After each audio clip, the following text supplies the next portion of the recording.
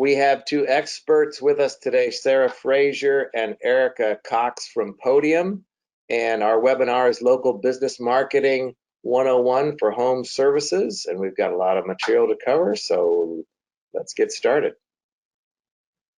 Awesome. Well, I'll kick things off. Hi, I'm Sarah. I head up content marketing here at Podium. I work with a lot of our small business customers, developing content strategies, local marketing strategies that we not only teach to others, but also educate the larger marketplace. And home services is, in particular, one area that we've had a lot of traction in. So there's been a lot of interest in, how do you develop a content marketing strategy around that? So I'm happy to be here today.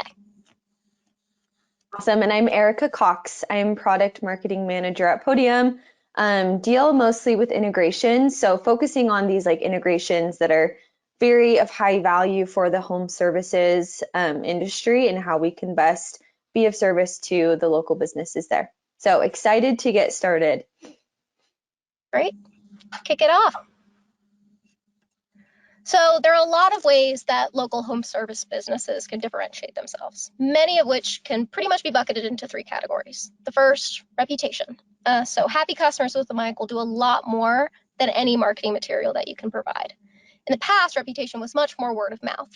The concept of word of mouth still exists today in the digital world, particularly when it comes to customer reviews online.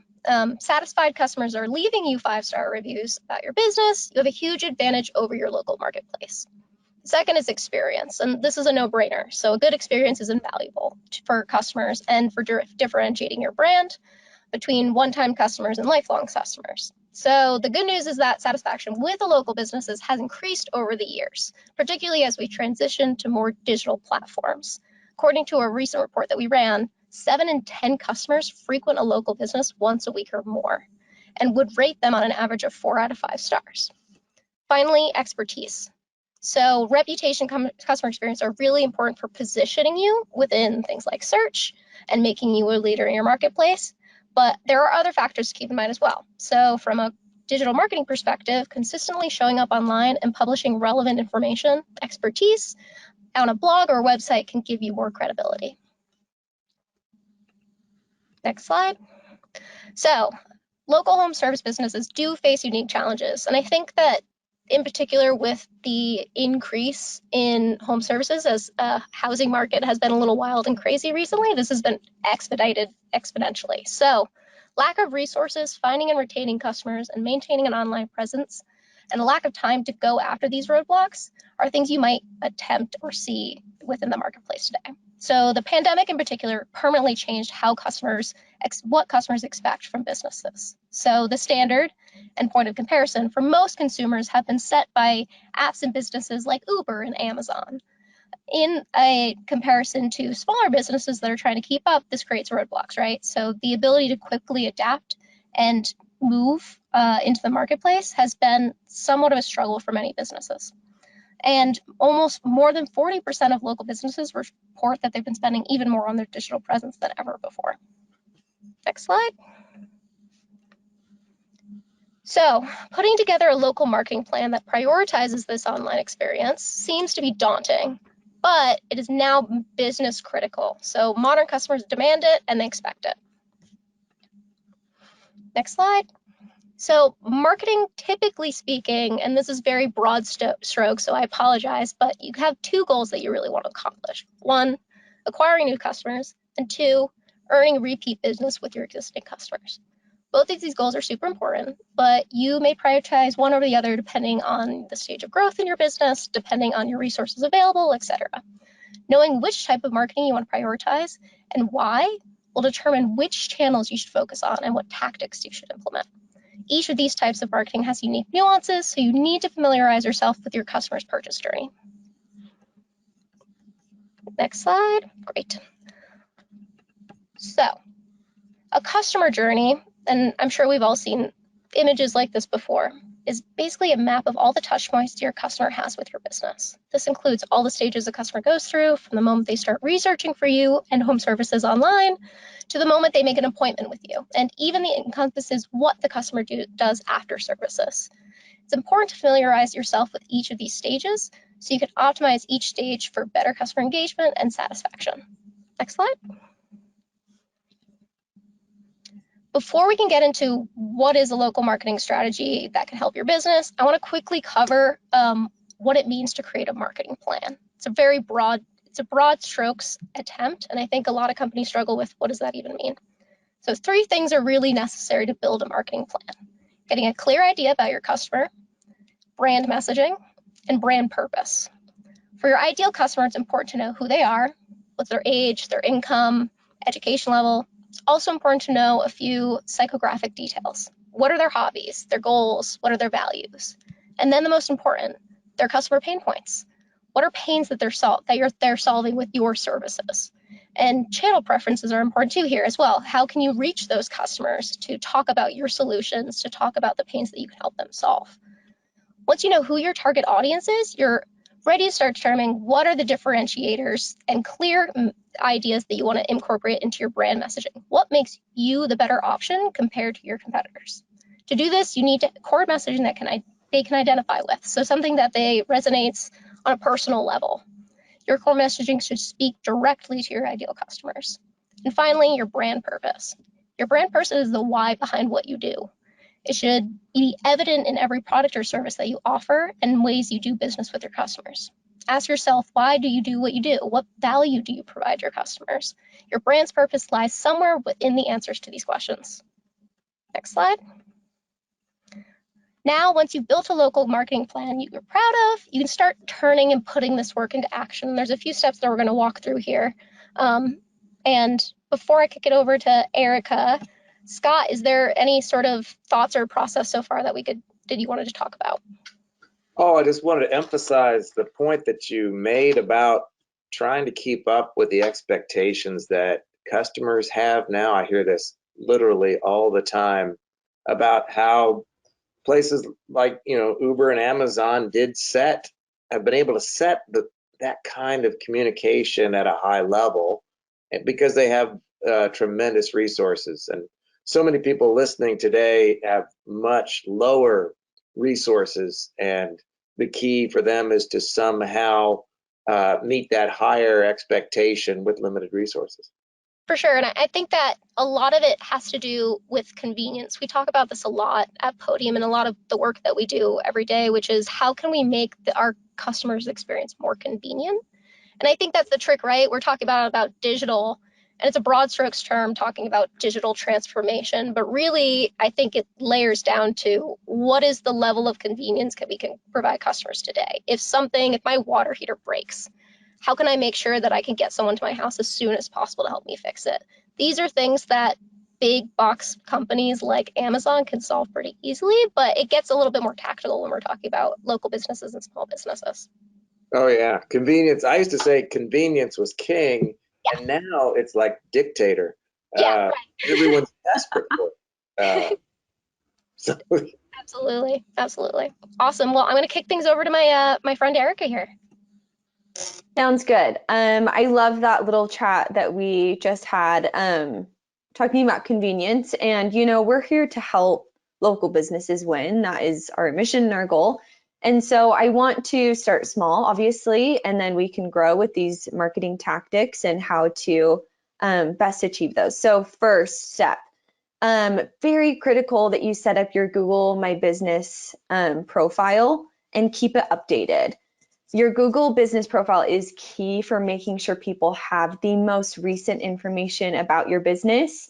And it's very important to include things like your website link, your address, phone number, business hours, and other contact information, and make sure that it's up to date. All right, so one of the easiest ways to stand out among other business profiles on Google is by using high quality images, actually.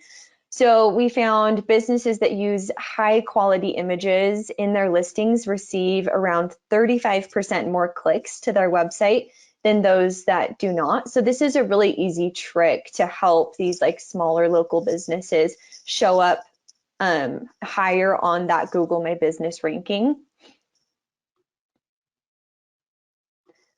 All right, and then once you have all the right information about your business, then you can dig deeper into building your reviews.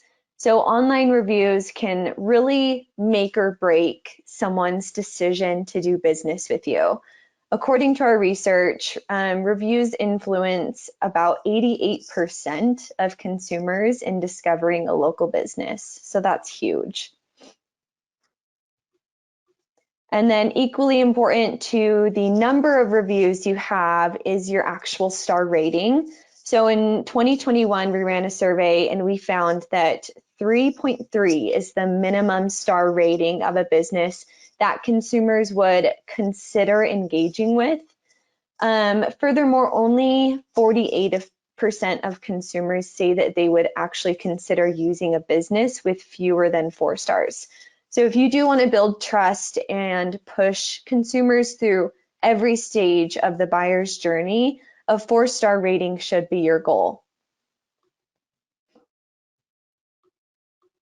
All right, so quick recap on step 1, what you need to do to stand out on Google search results. Number 1, add images to your Google business profile and keep it updated.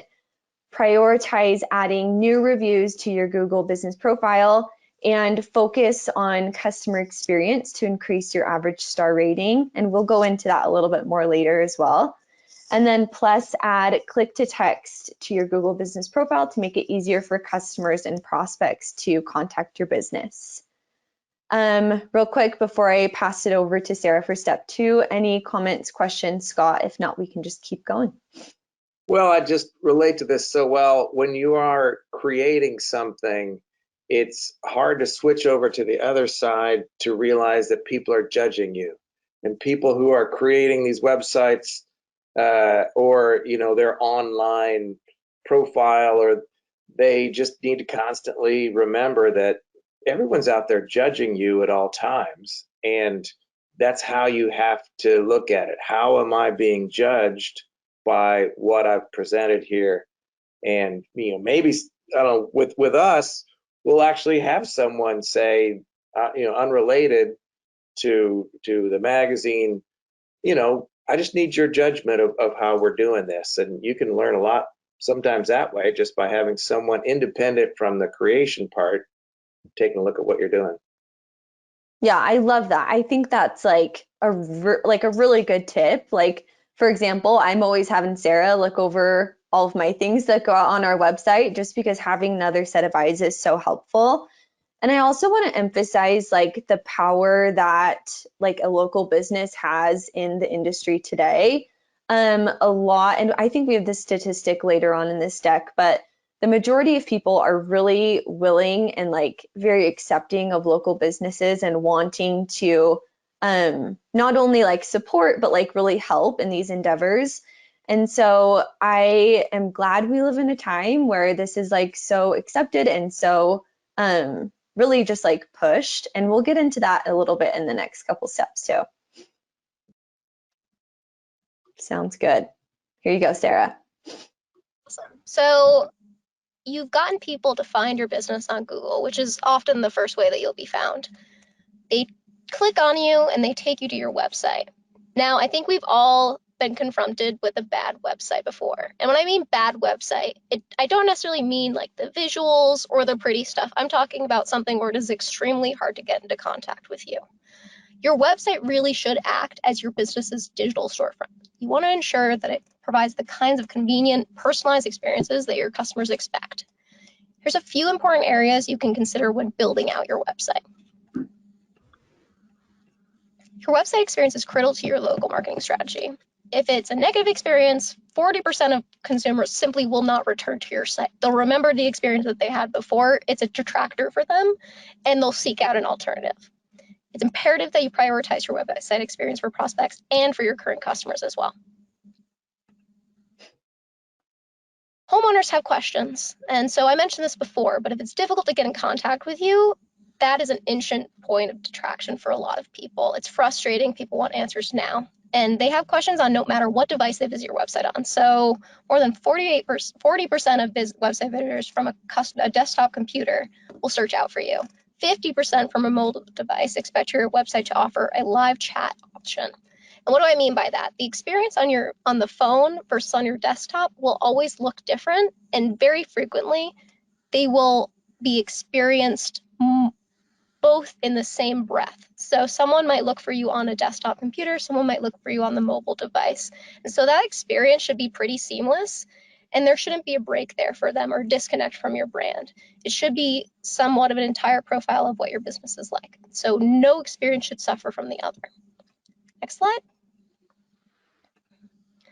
Plus, website visitors are nearly 3 times as likely to convert as website visitors that bypass the option altogether. So someone who is highly engaged probably would be willing to chat with you right away.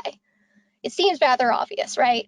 These buyers are super high intent, they're willing to engage with you, but many businesses fail to create areas across their different channels that make it easy to connect with their customers. Next slide.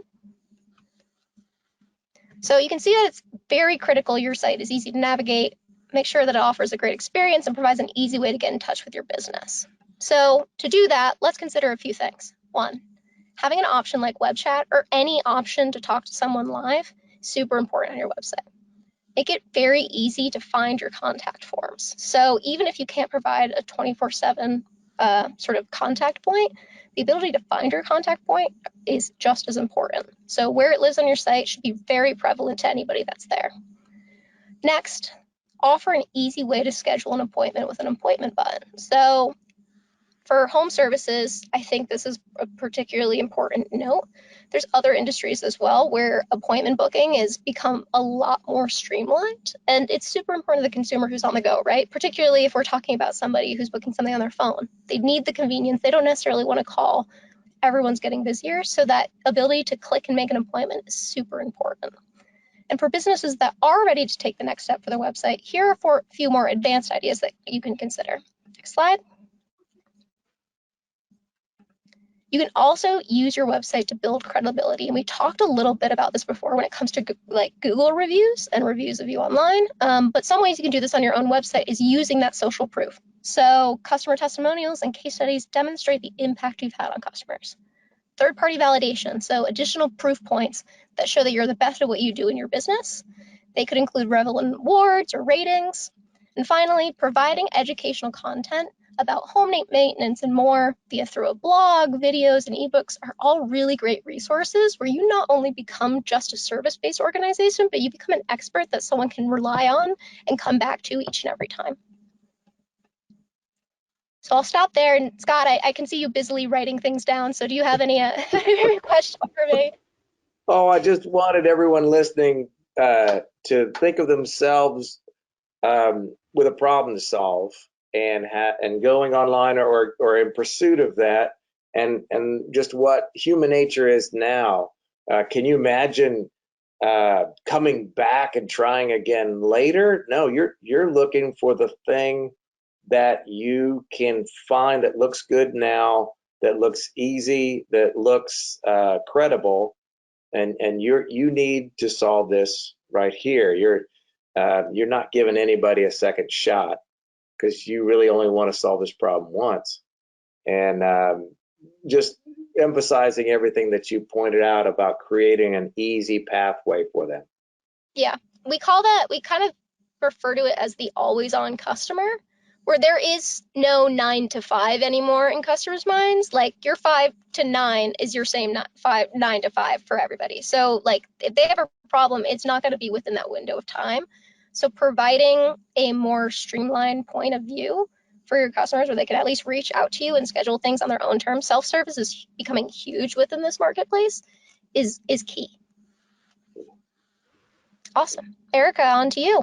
I love that. And we'll actually get into a little bit more of that in this next step. So step 3, our next section deals with adding more conversion points to your website. So the conversion methods that you do use on your site should be really non-intrusive and offer value to visitors.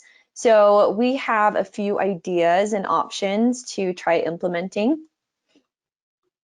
So modern marketing it's conversational and most people prefer it that way. So we found that 82% of consumers want an immediate response when they have a question. So installing a chat option is an easy way to fill that need.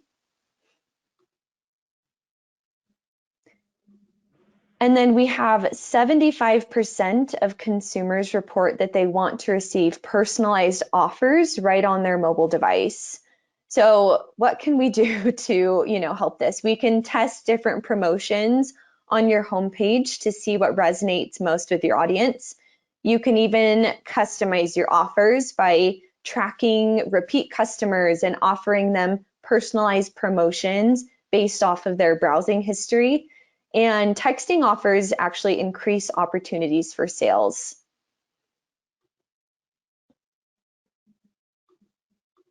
So basically, creating more opportunities for conversion by trying these ideas, just a little recap. So first, be available to answer questions, add a web chat option to your site and staff it. Convert chat messages to text conversations so you can keep messaging prospects on the go. And then test promotions on your website and send those promotions to your customers via text as well. So I'll stop there and see, Scott, if you've got any comments or questions. Oh, just that I'm older than you gals, and there's some people in my generation who sometimes don't get that other people use chat, they use text, they use some of these methods to communicate, and sometimes it's just a generational thing. I know the TV shows I watch and stuff like that don't always match up with the younger crowd, but you have to keep for business owners who are in my generation, you have to be aware that a lot of people use this technology. Yeah, I agree. And it's hard. Like we did a study not too long ago, and the majority of our ACP is really focused and concerned on like modernizing their business. Like how do they keep up with these, not trends, because I think these are kind of the way that the world is moving, but how do they keep up with this? And how do they have these different conversion points on their site and keep them all track and do that in a way that aligns with their business and with the resources that they have. So true. Is there any points to add on to there? I think we have the luxury of referring to our own perspective. Everybody here has probably been a homeowner, a renter at some point. For example, I'm moving. I'm in the process of moving, and I need to set up internet at my house. And I know everyone here instantly knows who I'm going to name, but I don't really want to call Comcast to make this happen. I know exactly what experience I'm going to get. It's going to be a lot. It's going to be frustrating. However, Comcast now has the ability for me to simply message them on chat and set this up. And so I did that. And guess what? It took me no more than 20 minutes, which is honestly maybe a record, I think, for Comcast. So the point being, sometimes it is way easier to use certain channels for certain problems, ones that they're frequently going through. Another example of this could be like an FAQ. So if you have frequently asked questions on your website, web chat is really great because you can essentially script that up. You can serve up those scripted answers if someone has a question that they're asking pretty frequently on the customer side. I love that. Thank you, Sarah. Okay, let's move on to the next point. Yes. So we talked a lot about creating a website experience that's frictionless. And we said one note we made was the example of appointments. So the ability to easily make an appointment with you and your business as a consumer is streamlines a lot of the pain points that we've had in the past. So this also relates to other things such as payments. It's critical as well here that you're removing any friction from the checkout process, especially for customers that are making payments for services on their homes, right? It's a critical piece of a local business marketing when you're competing with things like Target and Amazons of the world, and you want to make it really easy for consumers to check out. This is an exchange of goods essentially, so it's a high stress moment for a lot of people, and so the ability to remove friction from that point is only going to lead to more happy customers. So next slide. So when it comes to removing this friction, the first thing you want to look at is your checkout process. It's cemented in a single checkout option? If so, you're leaving sales on the table there, right? Because we found that 56% of consumers expect multiple payment options. Next slide. And so one of the payment options that had a lot of prevalence recently is this idea of contactless payments. It's faster. In fact, they're up to 10 times faster than any other in-person payment options that we've seen. Next slide. So what are some ways that you can think about making your payment options a little bit more streamlined, particularly for customers on the go or for your service agents that are there in person? So offering touch-free payment options like card readers, tap-to-pay solutions, and Apple and Google Pay, they're becoming a lot more prominent, particularly with people of our generation. Now that we're mentioning it, we've already spoken about it, but this is hugely popular, and they've been coming up particularly in other industries, such as I would say like fairs. They come up a lot with restaurants. It's just a much more streamlined way to sort of complete a transaction and leave people happy in the process. And there's also the ability to send people their receipts via email, which is very appealing to digitally savvy age that we're in. The next is give mobile card readers to employees in the field. This is great for some of your agents that are out there and servicing in homes.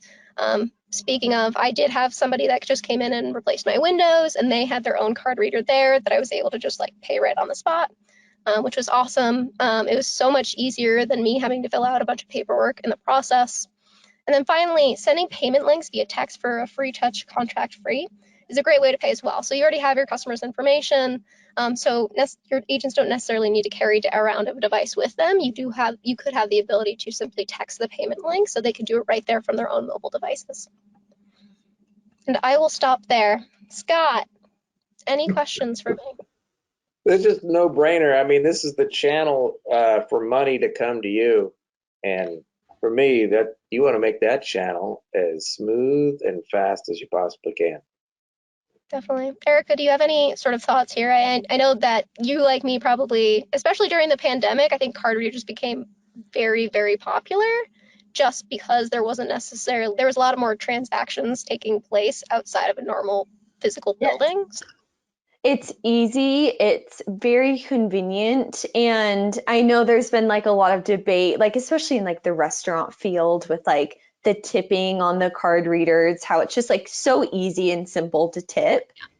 And I wonder if that's a channel that would work for home services. I also love that you can enter in your like phone number on the card readers and get like a receipt texted to you.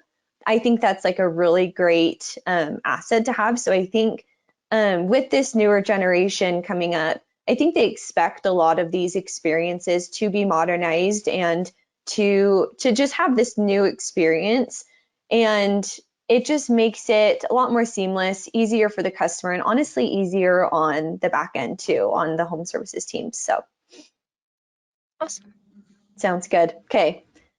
I will head to our last point, which is review gathering. So home services businesses that have the most successful online review programs have built in what we call the ask into multiple steps of the sales process. So I know it probably seems really scary to make the review ask, but the reality is that 77% of customers will leave a review when asked. So chances are on your side. So how can you make the review ask easy for customers and for your business? So first, just experimenting with different review collecting methods to see what works best for you. So what we like to, is consider sending a review request via text and including a link in the review site. So ask for reviews after every service interaction. And you can also utilize templates as a great way to make this scalable too. And then finally, it might be helpful if you add a QR code to invoices or physical signage that links to a review site. So test out a few options and see what your customers respond to the most. So I'll show a quick little recap and then we can stop for some questions. But we went over some really great points today. So number one, don't forget to set up your Google business profile. It's very important in today's digital world. Two, invest in your website. Three, add more conversion points. Four, remove friction from the payment process. Five, make review gathering easy for your customers and for your business. And I just want to emphasize that this recording will be sent out to the attendees as well. So if you're, looking back and want to see another step or to hear this conversation again, this will be sent out, I think, tomorrow. Scott, do you got any questions or comments you want to make? Oh, just that for people like me who are not natural askers of other people, I'm just kind of like those people who, if there's something across the room, I just always go and get it. But there really is no downside to asking. People don't like your service or product or you any less when you do. And, my dentist, after every visit, asks for a review, and I almost always give it. And, that's my dentist. I don't just because I think it actually makes me more likely to go back, because now I've actually written down something about Dr. Abel being a really good dentist. I put that in print. I think it actually makes me a better customer. So I think that's a good thing to do. I agree. I think that's great. I think it's great whenever I receive a text inviting me to review a business, especially if it's a local business. But I just feel like you're helping in like the slightest way.